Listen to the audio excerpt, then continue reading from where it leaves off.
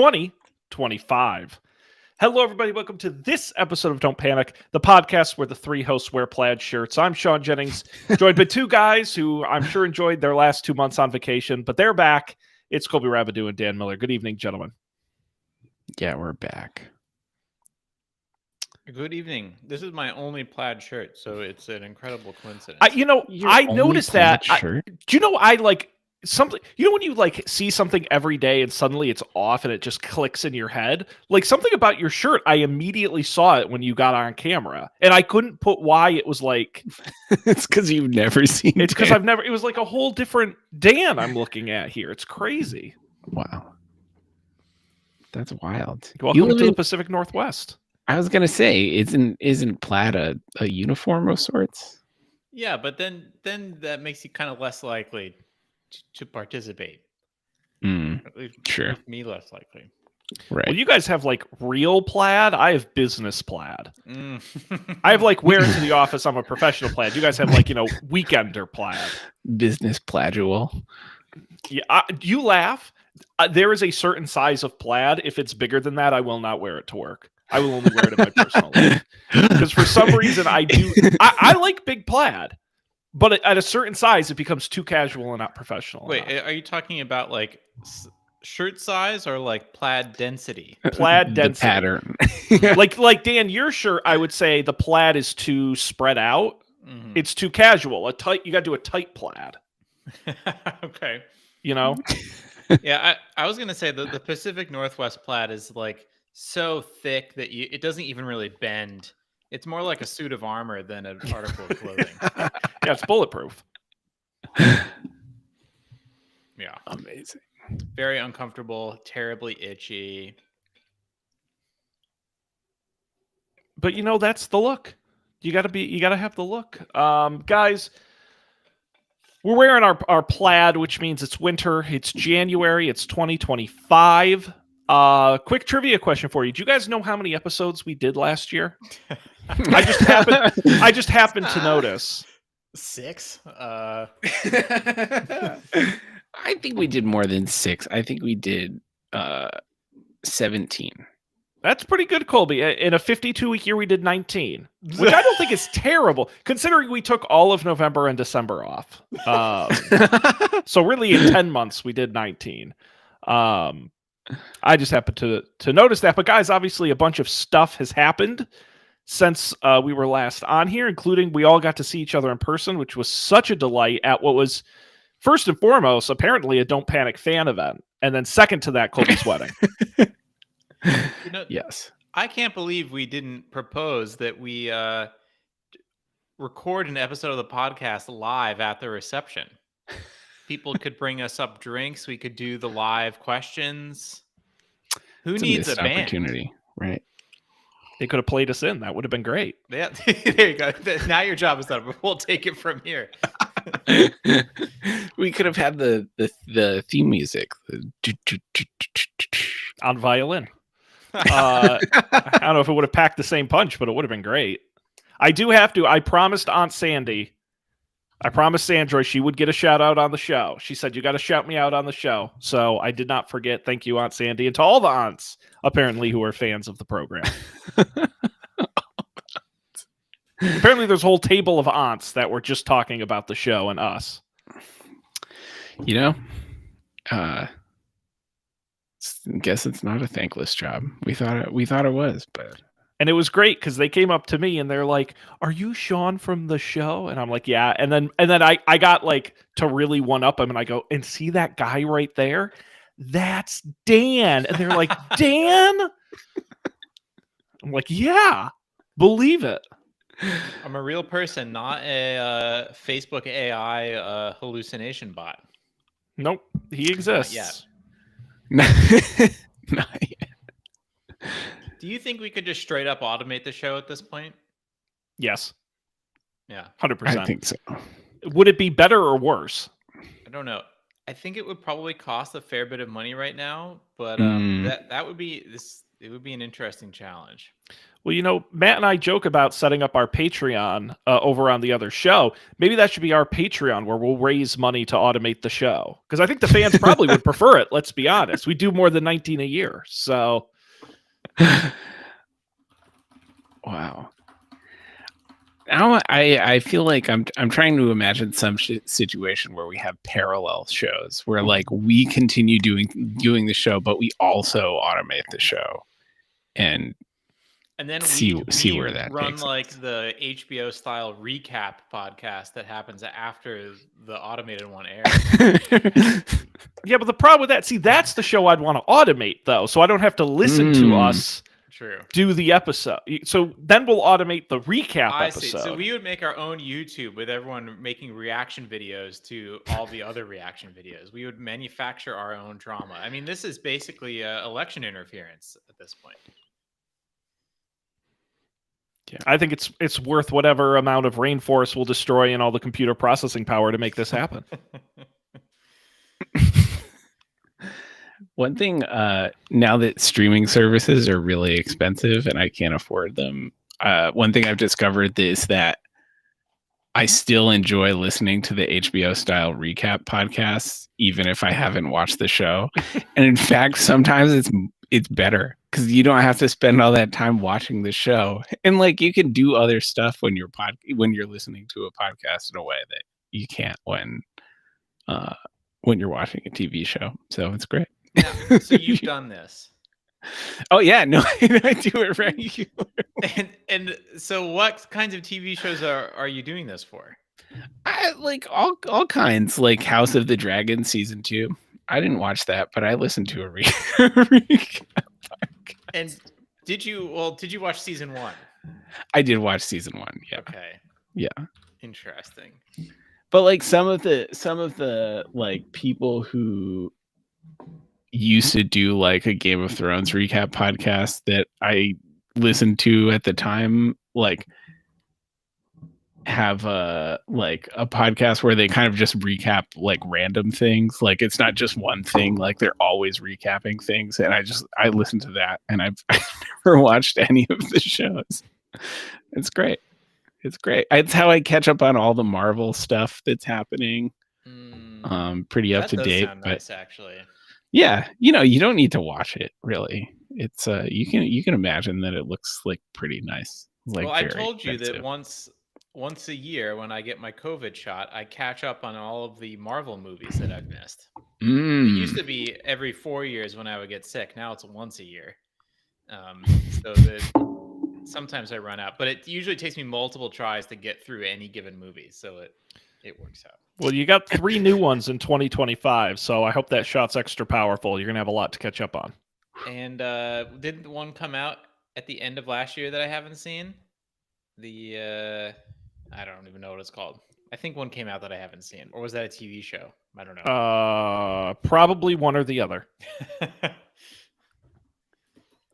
Your guess is as good as mine. Let's see. Is there anything in particular? Any personal tech stuff or home improvement stuff? I've got a few. Colby and Dan, you've both been traveling a lot. Anything worth sharing here? If you're ever violently ill and you need to get on a plane, take Imodium. Oh. It feels weird, but I didn't like throw up on an airplane. So interesting. Yeah. So did you consider not getting on the plane? Yes. Like seriously, I very seriously considered not getting on the plane, but thank God we did, because like the second we got home, Laura started throwing up. Okay. Yeah. Well, so if we had like pulled the ripcord and stayed longer, we would have had to continue to stay longer, I think. But we didn't. We got out of there, made it back. and Smart. And was this so? My impression from Laura's Instagram story was that this was a schmancy pants resort with people with jetpacks and and people singing and everything, and yet you still got the bug. I think that it was like norovirus or whatever. That's like, there was some the day we were flying home, Laura was like, look at this news article that says norovirus is really going around right now. It's like, oh. And then we like read all the symptoms. It was like, oh yeah, this is what's happening to me right now. So it's, it wasn't like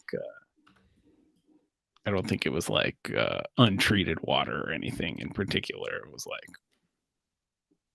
you just got sick the old fashioned kind of stomach bug. It's gross. Well, I hope the rest of your vacation was better. Yeah, no, I mean, it was sort of, the timing was convenient in that it was the night before we left, which made it like very stressful. But it also meant we didn't really waste any vacation, being indisposed. Excellent. Well, that's good. Well, congratulations. Good to have you back. I've returned. Dan, you got some quality East Coast time. Yeah. I don't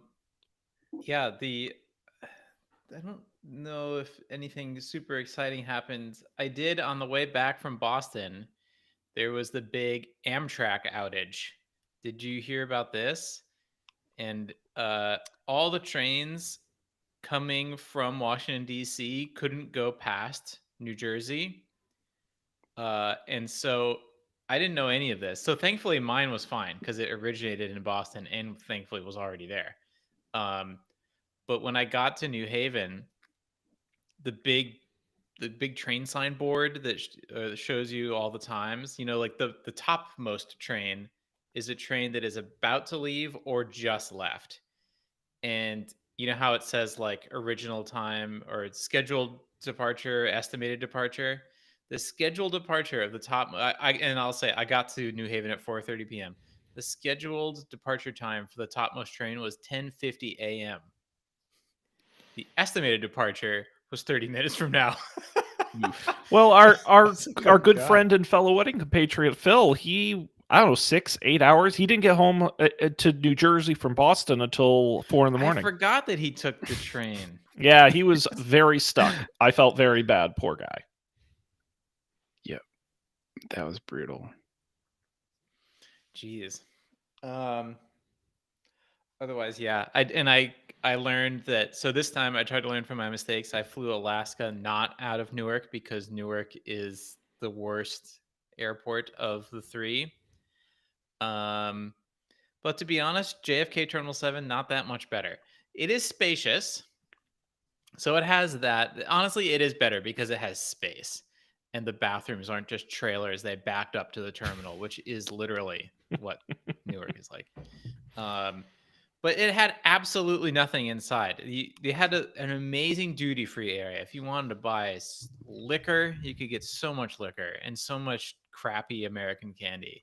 That was it. And then you had like, I don't even think they had like McDonald's or anything like that. It was, like off-brand fast food and then one super expensive restaurant that was crap. So I might try Boston, actually, Colby. This is my new idea.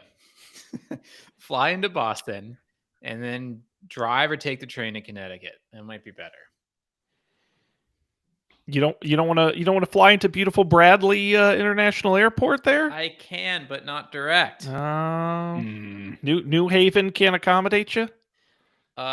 You can. I actually looked into this. You can fly from New Haven to Seattle, and I want to say that you lay over in Alaska or something insane like that. Like, awesome. Why is there even a flight from New Haven to this place?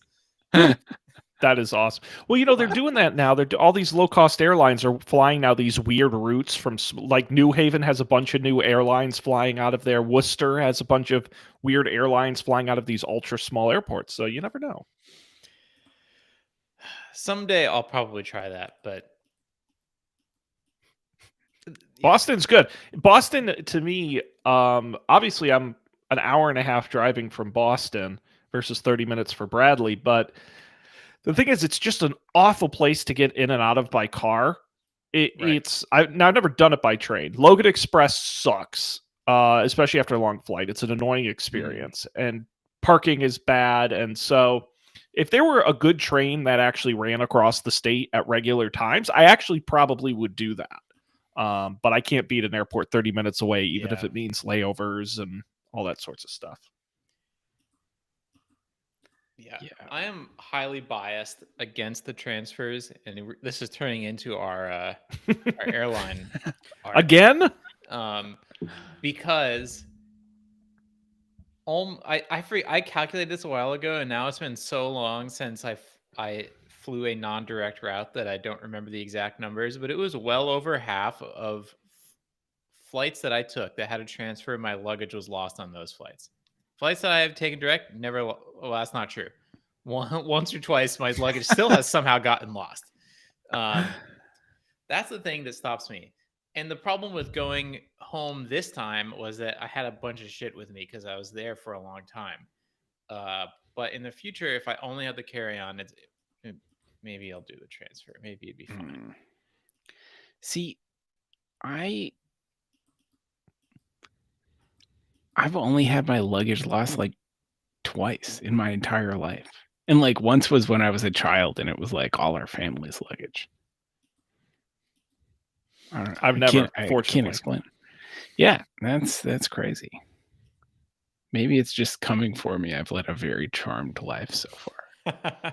Well, Dan lays over in like Tijuana, and who knows where he's going. I wouldn't necessarily trust it. One was Dayton, Ohio. One was Auckland, New Zealand. Okay.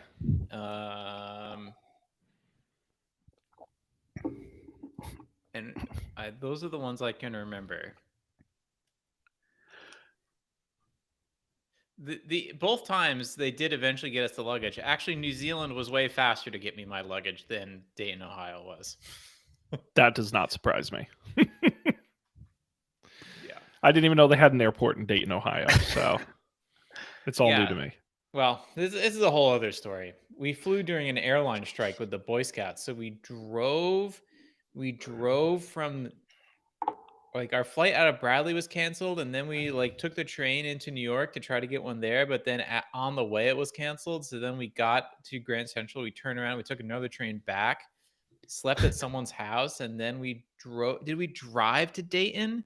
We drove somewhere really far away, and then we took a flight that transferred to another airport, which got us eventually to Indianapolis without our luggage. It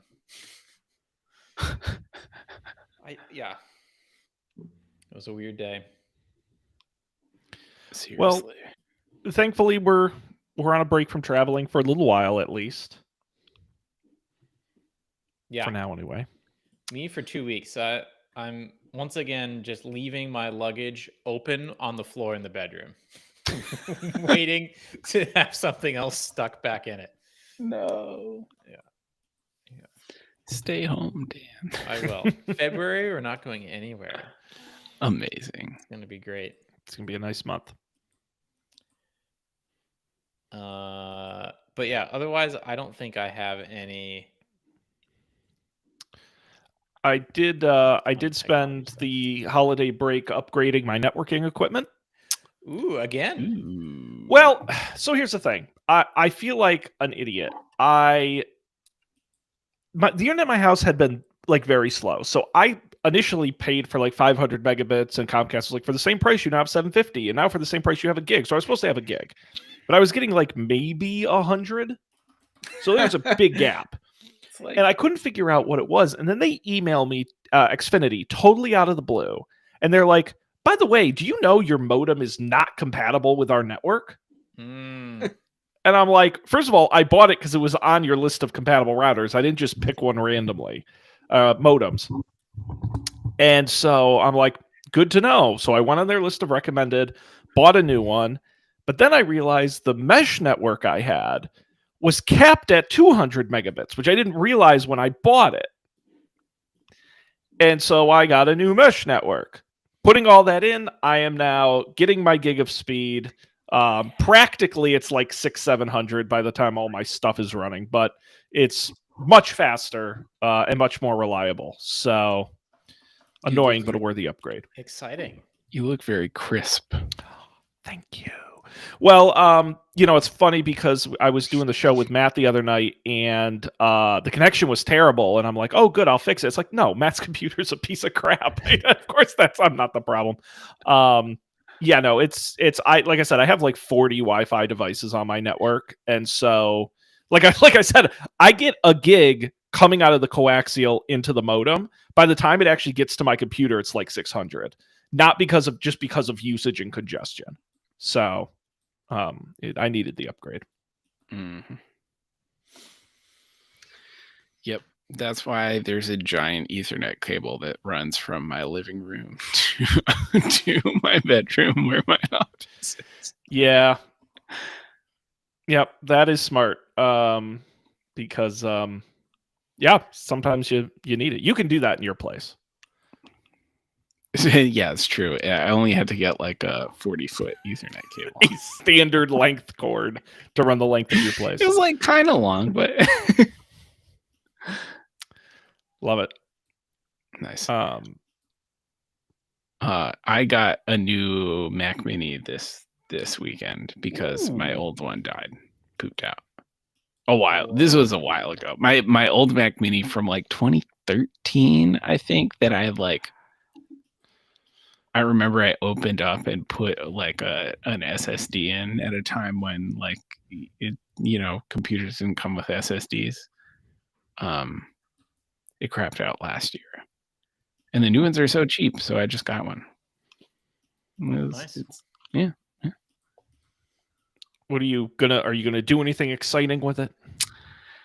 Well, I mean, the old one really just had some like backup like file host serving stuff on it.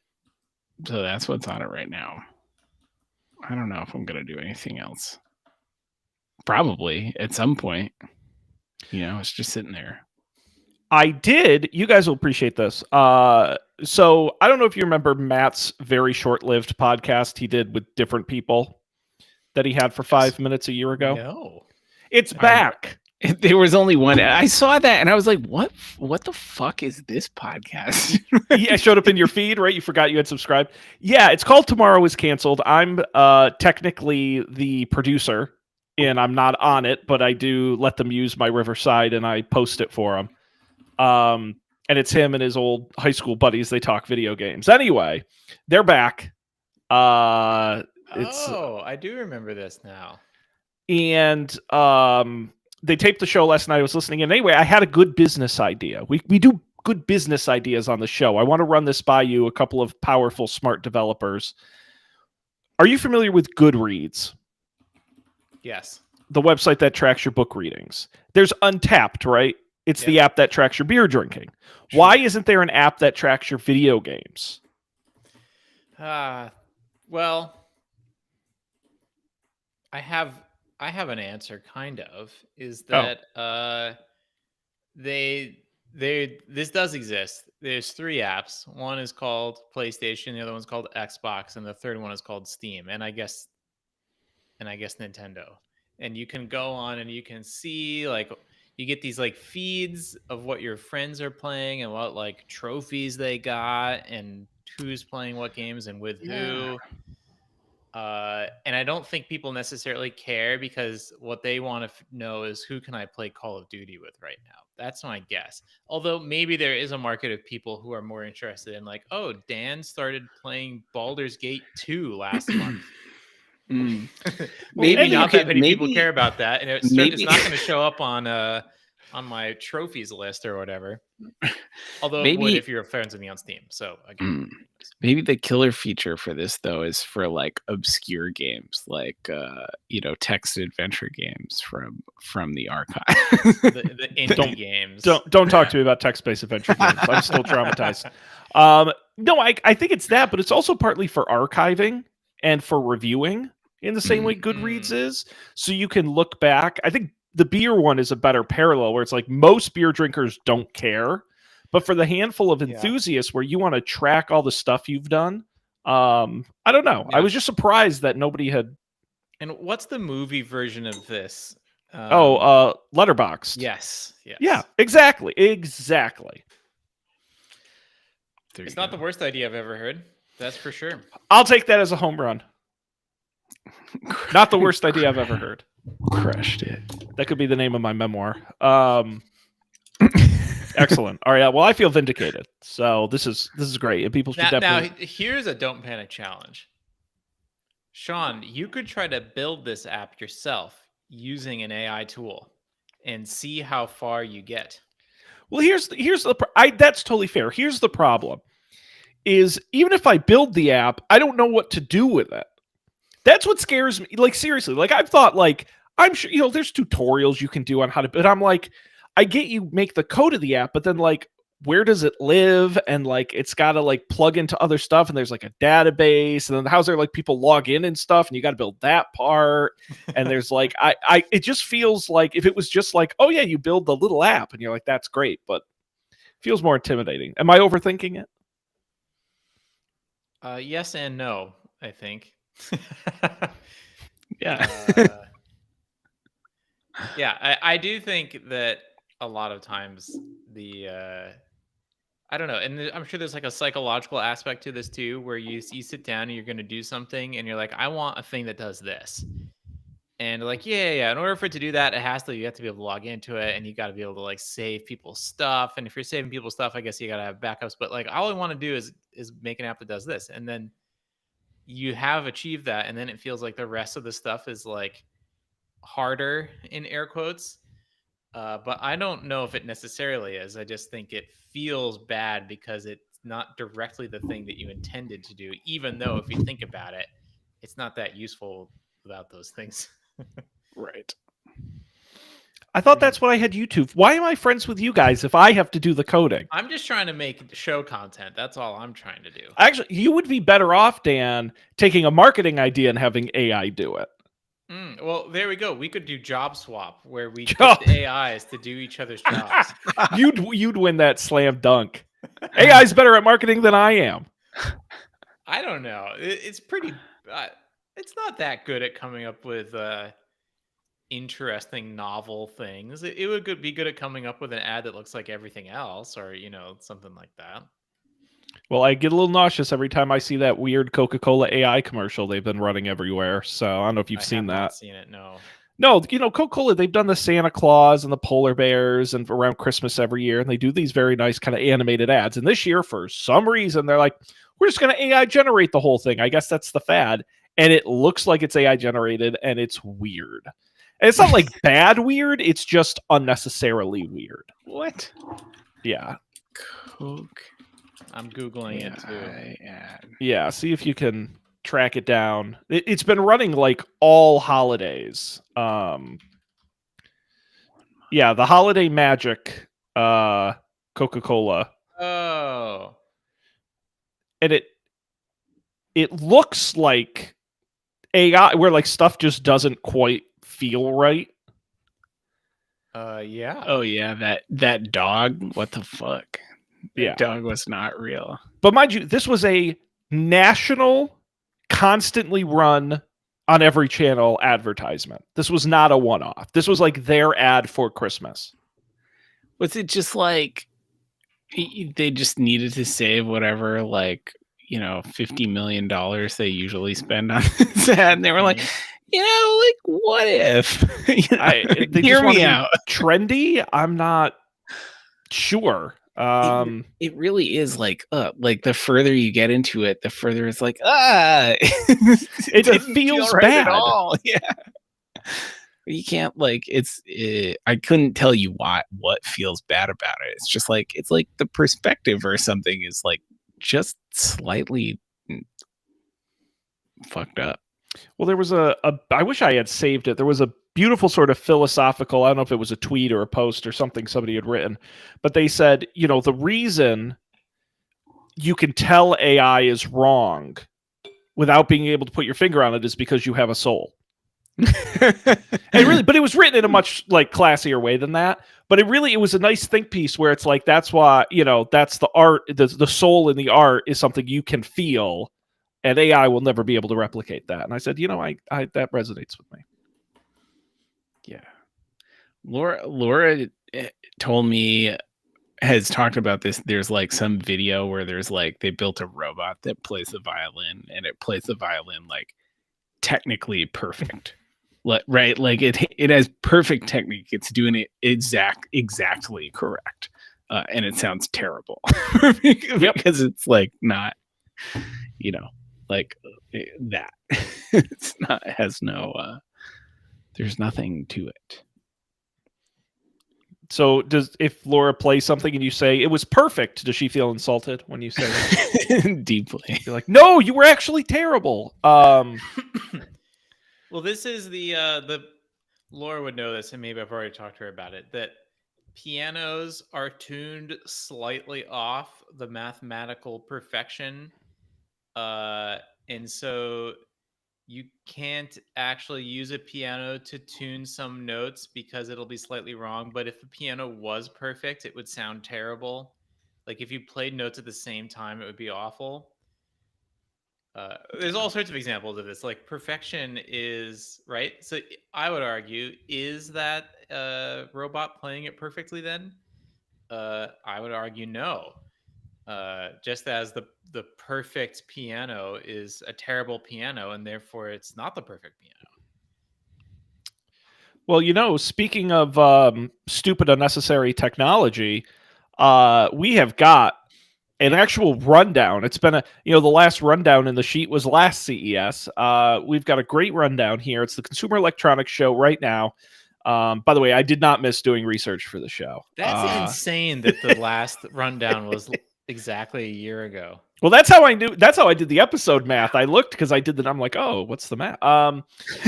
Consumer Electronics Show in Las Vegas. They are showing off the latest and greatest in wackadoo technology, and I've filled our spreadsheet here. The show's actually happening. I think the NVIDIA announcements are happening right now. Sony just did theirs. It's happening as we speak, but a bunch of stuff has already been announced. I filled a bunch of rows here in our spreadsheet.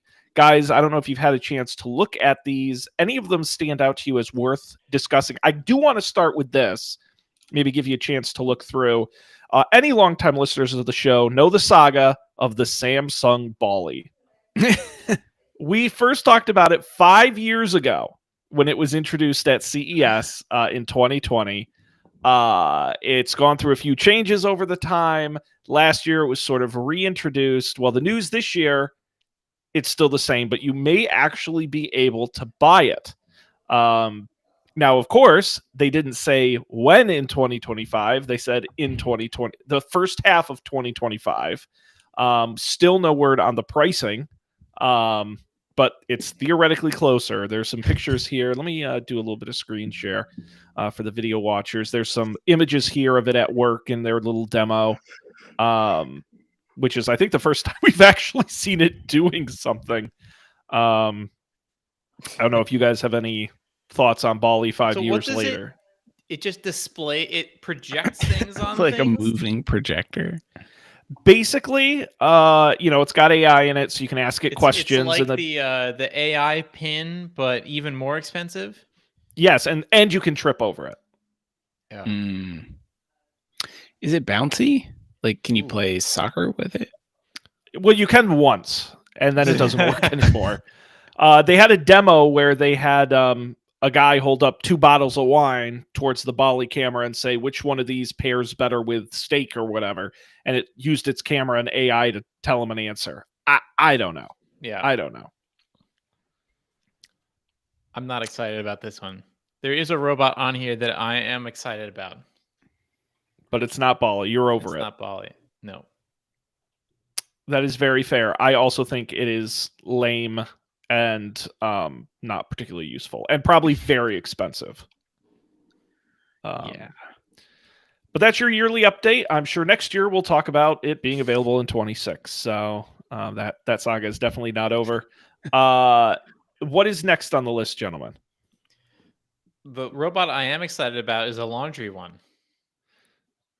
is the I which think it's one? the There's a one- couple of them. Let me find it. There are a couple of them. Well, Let me- there's the robot vacuum with the robot arm, and then there's yeah, that's the one. okay, that's the But- Roborock Saros Z70. It has a robotic arm attached to it, attached to a traditional robot vacuum. Let's see here. It's their flagship bot. It is a first of its kind, mass-produced foldable robotic arm with 5 axes. It's called the OmniGrip. It can unfold, extend, and twist horizontally and vertically to pick up items and move them out of the way. It includes a camera and LED light in the arm to see objects and has sensors to detect the object's weight and know its positioning. They have programmed in 109 different objects for it to identify and pick up. And it says they will continue to add more with over-the-air updates over time. It uses a combination of 3D time-of-flight sensors, RGB cameras, machine learning, all sorts of things, so it doesn't just run over your stuff, but picks it up instead. So I'm not excited about this in and of itself, but I am excited that people are finally branching out, literally, into like using robots to do stupid tasks. Like this feels achievable. It feels like I should be able to get a robot that is a giant dump truck with an arm on the front, and I want it to go around and like photo, like on the Photos app when it's like, oh, this is Colby, this is your cat. It'll like learn stuff in my house, and I'll tell This like is a sock. this is a sock. Socks. Put socks in your dump truck and dump them over here. Like that would be useful. Well, that is part of this where you can program it to put certain items in certain pre-programmed places. So if it identifies it as, say, a sock, you can identify your sock corner and it will pick it up and put it there. I mean, I think, honestly, to me, the single biggest issue I have with robot vacuums is the fact that there's crap on my floor it hits. Otherwise, they work perfectly. So if this could actually... Synergy, yeah. I mean, the big thing's cables, and I don't know how it would do with that, but I agree with you, Dan. I don't think this has to be like a Rosie the Robot, like full articulated human being. Like, just put like a little arm on it. I think that's really, really exciting. And then the next thing is they need to be able to navigate stairs. Well, then you can only buy one. I didn't make the list because I didn't think it was that interesting, but they did, and I'm going to see if I can quickly find it. They did make a vacuum robot with little legs that can go up and down the stairs. Now, I'm really curious what it looks like. All right, Does it here then you like go. squat down and become like a regular vacuum robot, like a kneeling bus? I just threw it in the Riverside chat. It's from Dreamy. It's the X50 Ultra Robot. It uses a system called ProLeap, which is a motorized swing arm that enables step navigation up to 6 centimeters in height. Oh, hell Now, yeah. mind This is you, like a BattleBots thing. It's not a very tall stair. You know, this is not like standard multi-floor stairs, but for dips and things like that, it can go over the edge. Why do you think like all robot vacuums are the same shape? Like why Well, you want to why pitch a did new that shape? happen? Well, I don't know. It's just funny. Like you look at them all, it's like, oh, it's a Roomba. It's like, oh no, it's some weird brand. Well, I think Colby should come out with a triangular robot vacuum. Maybe circles are just practical because they don't get stuck on stuff. It's just weird. It's weird. That's the next thing of innovation. Yeah. What is this robot vacuum hegemony? Well, robot vacuums were really a hot thing at CES this year. There was one other in our rundown, the SwitchBot, the multitasking household robot K20 Plus Pro, which is the actual name of it. It's also circular. It's a version of their mini vacuum that attaches to a new platform, a circular device on wheels that fits over the robot. And basically, it drags a platform around, and you can attach all sorts of things to the platform, like an air purifier, a camera, a fan, a tablet on a stick. or even multiple items. And the idea is that you can program it to like once a day, drag the air purifier around the house, or, you know, with the camera on it, do a pass every hour. How does it charge? It goes back. It has a charging thing that But it goes has to have back a pretty to. big battery to support these appliances, I would guess, but maybe not. I don't know if it says what it's. That would be my question. Yeah, it doesn't specifically say how long it lasts, or how often it has to charge. That's a fair question. So far, they haven't really, I don't think, put anything super, super heavy on it. They say it has a maximum capacity of under 18 pounds. So theoretically, you could plug anything into it if it has USB-C power, but their specific accessories latch onto it. The bummer for me is I want it to be able to automatically switch what's on it, which I don't even know how you would do that. You have to manually switch it. But I think the idea of like a base platform where you could just like put other machines on it and it goes around your house is neat. It's sort of interesting. Cooling?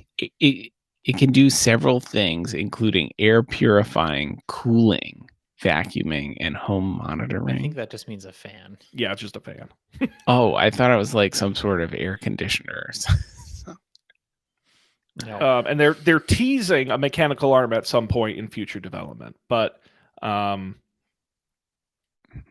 no word on price or availability. No surprise from CES, but to me, that's an interesting concept, is doing it modularly. That's cool. Now, we did get a comment on the Facebook live stream from my and your personal friend, Phil Lopez, who said, "When can I have this robot?" and attached a picture of Robin Williams in the film Bicentennial Man. And the answer, Phil, is at the Bicentennial. Of course. Thanks for watching. Put yourself in VR and have it create the Robin Williams character in VR. The Bicentennial Man VR experience. Yeah. That may be the worst selling video game of all time. That can't possibly be real. Let's see what else is on our list here. We got a lot to talk about. I want to talk about this LG microwave. I gotta see if I can find a better picture. I attached the press release because I couldn't find a better write-up than that. Is it the microwave with the screen? Yes, that is just a giant screen. Oh, okay. So I had a link to this. Oh, did you see it in my notes here? I think I found the actual Verge article. Yeah, here I'm going to share a video of it in action from YouTube, where it's a microwave from LG, part of their signature collection, but the entire front display is a giant touchscreen, 27 inches across. You can program the microwave on it, as well as look up recipes and do all sorts of things. The microwave also has 3 cameras inside of it. So you can watch your food being cooked. You can record it. You can watch it remotely. You can do time lapses of your food being cooked. Great if you're one of those downward facing cameras, like a elementary school teacher. Well, yeah, if you're like a cooking influencer, can it stream directly to Twitch? I'm not sure, but I think this would be very handy for that. But I just thought this was absolutely wild. LG, because they have an equally big size screen in their fridge. And that's bigger than a normal microwave? I would say yes. The other thing is it seems lower than a normal microwave. Yes.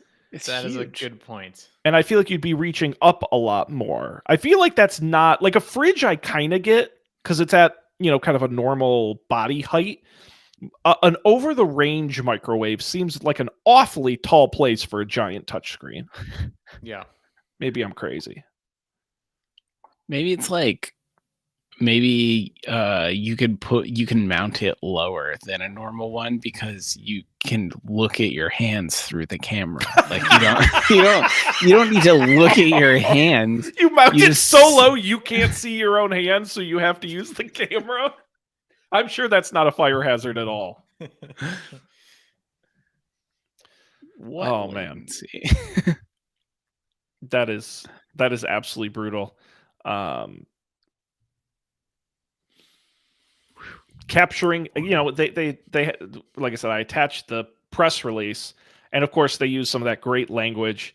Enhances the culinary experience with their versatile cooking capabilities. The microwave is equipped with 3 built-in cameras, capturing meals journeys from the oven to the table.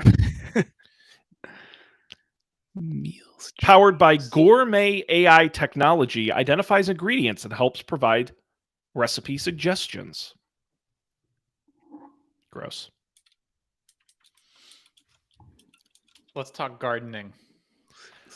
Let's talk gardening. By the way, I didn't get a chance to mention this on the show. I'll have to report back on how it works. For Christmas, I got my mother a bird's nest with smart cameras in it. Oh, did you get her the bird buddy? It's not the bird buddy. That's kind of I went with bird. Is it Bird Fee? Bird FY, which is Bird Buddy's competitor. But it's a full-on wooden nest with 2 cameras, one out by the kind of entryway and one inside looking at the nest. And I'm super, super excited to get it out this spring and try it out. Very creepy. But I will tell you a very quick funny story, which is I had kept it a secret. I had wrapped it, and my mother said, "I think I know what you got me." I said, "How do you know?" She goes, "I think I know." So I said, "So tell me," before she opened it, "what do you think I got you?" And she goes, "I think you got me a smart bird feeder." And I'm like, "How'd you know?" And in classic modern technology, I had Googled a bunch of different ones trying to figure out what to buy her. We live in the same house. So she started getting served Facebook ads like crazy for all of these bird feeders. And then she put 2 and 2 together and realized that it was because I was searching it. And it totally busted the surprise a little bit. So, oh, interesting. So I can use this to incept Lena into wanting to get something. Well, I have read stories online before, like women who want their boyfriends to propose, like will start searching for rings and stuff, and it'll come up in their feed. So it might be a fun experiment for you to try. Like, pick something totally crazy she'd never get an ad for, and then see if you can search it and click on it enough to influence it. That's a good don't panic challenge. But these outdoor smart cameras, I actually think are pretty darn cool. Whether it's a feeder or a birdhouse, Bird Buddy, who is big in this space, has a new camera called the Pedal Camera. It's designed to look at the flowers and insects in your garden. It's a 4K 12 megapixel camera with an AI system to help identify plants and insects. You can also interact with an AI chatbot that will tell you helpful information about your garden and how it's doing and how it can help. You can view a live stream or see recordings. They also came out with some various other pottings and nests. I also, again, there were a lot of announcements that didn't make it, but there was also a new, from another company, a bird bath with a camera. With running water that points at the bird bath itself. And I honestly think this kind of stuff, AI, I, of course, am obviously very skeptical about. But the idea of it being able to monitor and get in touch with nature through technology and it being able to identify animals and plants and that kind of stuff, I actually think is not stupid. I don't know. Dan looks skeptical. No. My friend has the I don't know if it's the Bird Buddy, has something similar.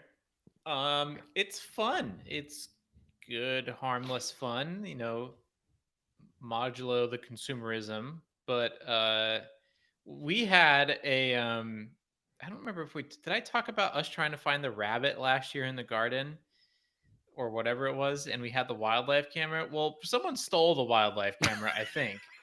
Did you capture that on the camera? Oh, wait. Right, exactly. It may. I'm sure it did. So that's a problem with these things. That is very funny. I mean, not funny your camera got stolen, but it is kind of funny. So it'll be interesting to see. I'm curious about, obviously, pricing and availability not announced, but kind could be a fun one to plunk out and check out. I do like the bug counting. I think that's I wonder how, like, in the picture it says it shows like I saw 27 ladybugs, 39 bees, and 8 butterflies. Does it count all kinds of bugs? I have a lot of questions, but it sounds kind of cool. Wait, I mean, this would which be one the is kind of this? thing Is I would this think. the bird Oh. buddy? Yeah, the pedal. The pedal. The- Yeah, yes, in the Bert- screenshot here, it's talking to you and saying, the camera's saying, "Oh, I caught this." Oh. I see. Actually, I think it's the plant, because the plant says came by to check if I already have seeds. They were disappointed. So I think it's your plant talking to you. Yeah, that is helpful though, because when you're gardening, you want to know what kind of bugs you're visiting. Yep. Now I'm Yeah, I think, interested. to be honest with you, I think if you're a kid, this would be so much fun. Mhm. And get you outside into nature while still incorporating some technology. I think this would be a hoot. Totally. Neat. Well, something to look forward to. We will see.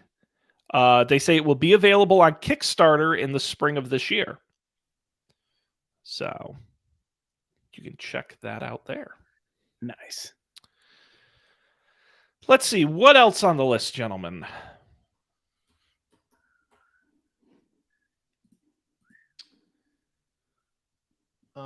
Wait, did we talk about the lamp, the LG lamp? We didn't. We'll stay right in the plant space. LG has a new lamp, but it's not just any lamp. It's a lamp that serves as an adjustable grow light for up to 20 plants beneath it. It's got 2 different lighting modes: downward-facing lighting during the day to help grow your plants, and upward-facing at night to brighten the home. Comes equipped with a 1.5-gallon water tank and automatically dispenses the right amount of water and nutrients for the number and variety of plants being grown. There's a tall version and also a shorter side table version. The devices are compatible with LG's. I always call it the ThinQ app. It's Think, but I just read it as ThinQ. Letting you adjust light settings and manage the cultivation schedules when you're not home. No details on cost or when it will ship. I think I've always said ThinQ as well. Because I have LG air conditioner, so I use the app all summer, and every time I see it, it's ThinQ. ThinQ. These are cute. Yeah, so we have like one of those AeroGarden things, which is, it does the thing. It's great. But it is really like, yes, the light from the AeroGarden is super intense. And pretty unpleasant to be around in an apartment our size. It presents a challenge because you have to find a place to put the AeroGarden where the light is not shining directly into your eyeballs. But I'm curious about this. I'm curious to know if it is less unpleasant to be around as a human, and still pleasant enough for the plants. I think it's cool. I would consider getting one of those. I have a pretty busted lamp in the living room.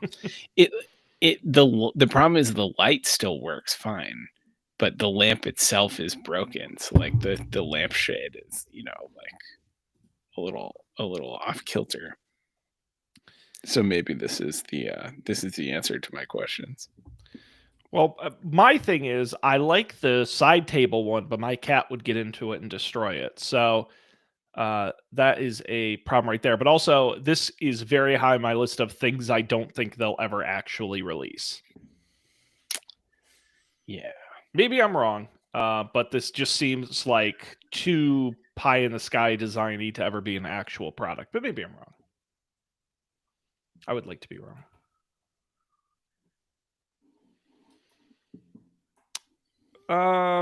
Let's see, guys. We got time for one more if there's anything here that we didn't get to already. Did you see I don't think this one is in here, but did you see the smart lock that is the entire door handle for the front doors? Yes, the $700 one. Yes. That I don't, and it had like all these buttons. I didn't get a chance to read the article. Well, I'm going to see if I can very quickly find it. Again, smart door locks were also a huge thing at CES this year. Every company had an announcement. The only one that made it onto my list was Tapo. Is coming out with the first palm scanning front door keypad. Roughly 4 to 10 inches away with your palm. It uses AI to assess the vein patterns and let you in. They also say it's a battery that'll last a full year on a charge. So no price or release date on that. Here, I found it. I will put it. It's the Lockley Styla, an all-in-one smart deadbolt lock and doorbell. It's a tall cylindrical handle. But what's interesting about it is it is... it's a designer handlebar, Sean. Yeah. That's probably why it's so expensive. But it also has... look that good. No, it looks really ugly, actually. I would go so far as to say it looks bad. Built into the handle, a 3D fingerprint sensor, a vertical pin keypad, an RFID reader, and a traditional 12-pin slot for 2 physical keys. And yeah, it's just all kind of built into one. Now, and did you see the lock that has no keyhole? It's only what you call it, your NFC or whatever. It's only NFC powered. Yeah, that was Schlange's new smart lock, the Sense Pro. And what's interesting about that is it's their first to support Matter, but it's also the first ever lock to use ultra wideband technology for hands-free unlocking, which means that you can keep your phone in your pocket and it will unlock connecting directly.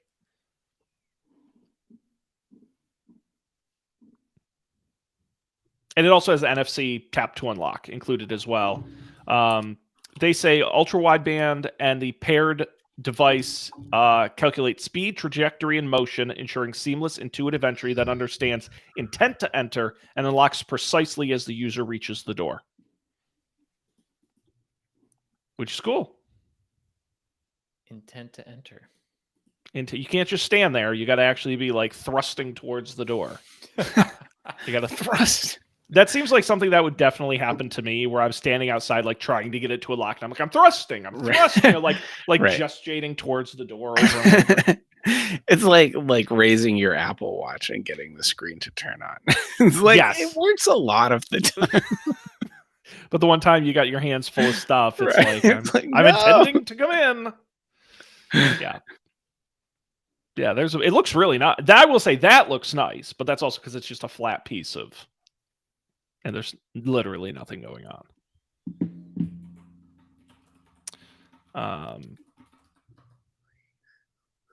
Yeah, I was going to say no price or date on that as well. So nothing really too zany this year, to be honest. They don't really do the crazy stuff as much anymore. Not like they used to. Not in this economy.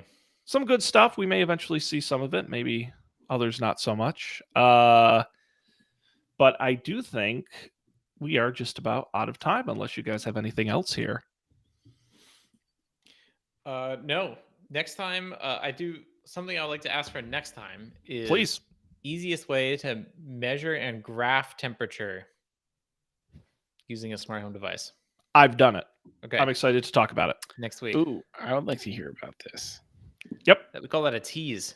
I've spent a weird amount of time actually doing that, and I'll tell you why. But that's great. I love it. That's a great topic for next week, guys.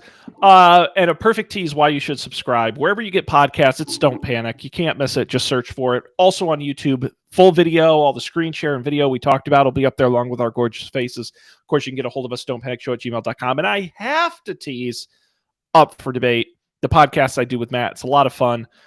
We are still just going to wrap up this week our Rankin Bass Christmas specials. Guys, we just published an episode. Santa Claus is coming to town, and I am not joking. We've done hundreds of hours of podcasting together. This may be the most animated I've ever been in an episode of a podcast. I had aggressively strong annoyances and concerns with that children's film.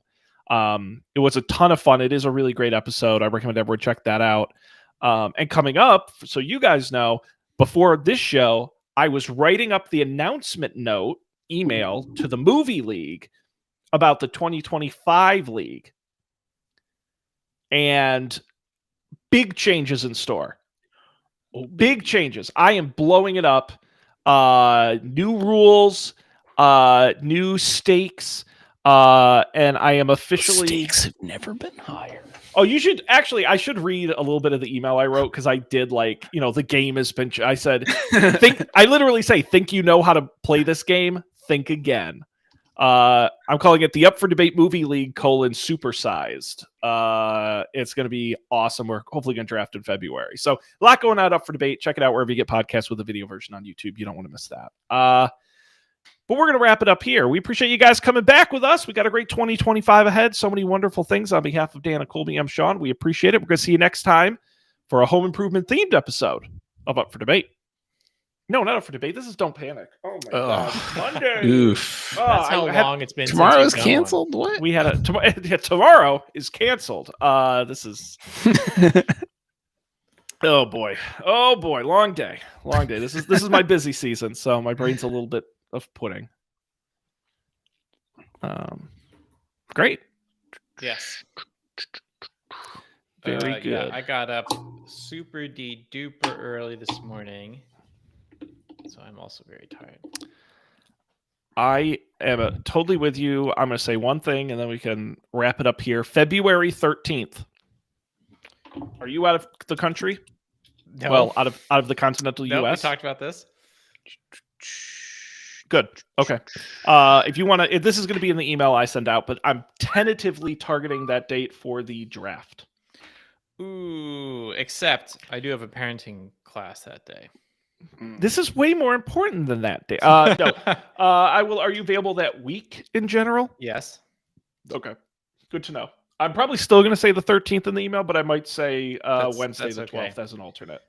Yeah. Sarah can. I basically No. played for Sarah last time while she was at dinner, so It's she not a can big- do the favor. No, for me. we're flexible, and I have the next week as the 20th as an alternate date as well. So I got to see what everyone else says, but that was kind of my first suggestion. So I keep an eye was out for that. talking with a friend while I was home, and she was like, "Yeah, you really missed out on not getting Wicked for the movie league." And I was like, "How the hell are you tracking it so close?" She's like, "Oh, I was at dinner with Sarah while you were playing."